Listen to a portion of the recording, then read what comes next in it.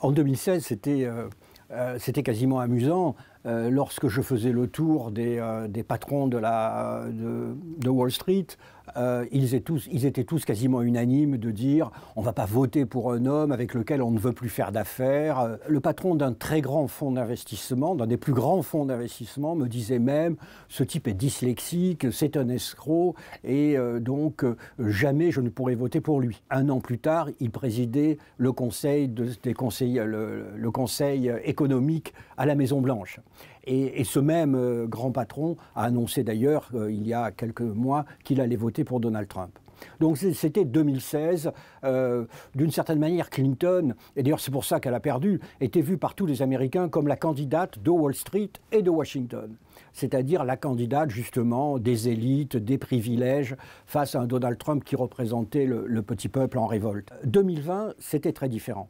Entre-temps, l'économie avait donc été bien géré par Donald Trump. Les cadeaux fiscaux avaient bénéficié aux entreprises, et il faut bien le dire, notamment aux plus riches.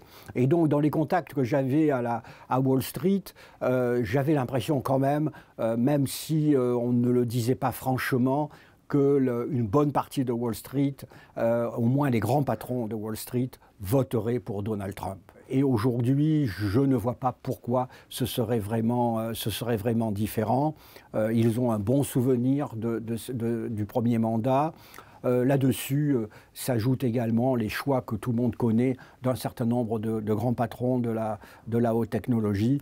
Donc mon pari aujourd'hui serait plutôt de dire, alors c'est artificiel parce qu'évidemment Wall Street ce sont des êtres humains, il y a beaucoup j'imagine de jeunes financiers qui resteront fidèles au Parti démocrate. Je dirais que globalement, en ce qui concerne notamment les grands patrons de Wall Street votera Donald Trump. Je rejoins totalement Monsieur Haro sur cette question-là. C'est vrai qu'on observe depuis maintenant plusieurs mois le fait qu'on n'a plus du tout de défiance vis-à-vis de Donald Trump. Alors on a peur en effet de son caractère, de sa personnalité qui peut être complètement clivante. Mais c'est vrai que du côté de Wall Street et du côté des entreprises qui dominent aujourd'hui les marchés américains, on n'a plus du tout cette crainte de Donald Trump. Donald Trump, à l'époque, il apparaissait un petit peu comme un épouvantail, notamment pour les valeurs du secteur de la technologie. C'est plus du tout le cas aujourd'hui. On l'a vu avec rapprochement notamment avec Elon Musk. Mais c'est vrai que les valeurs de la tech n'ont plus vraiment peur d'une présidence de Donald Trump. Il avait prouvé lors de sa première présidence qu'il a été capable de mettre en place des mesures qui ont été assez favorables pour les entreprises américaines. Le recentrage sur l'économie domestique a été aussi un point fort aussi de son mandat. Et c'est vrai que ça a profité aux économies américaines. Les cadeaux fiscaux qui ont été faits profitent évidemment aux grandes sociétés et à Wall Street.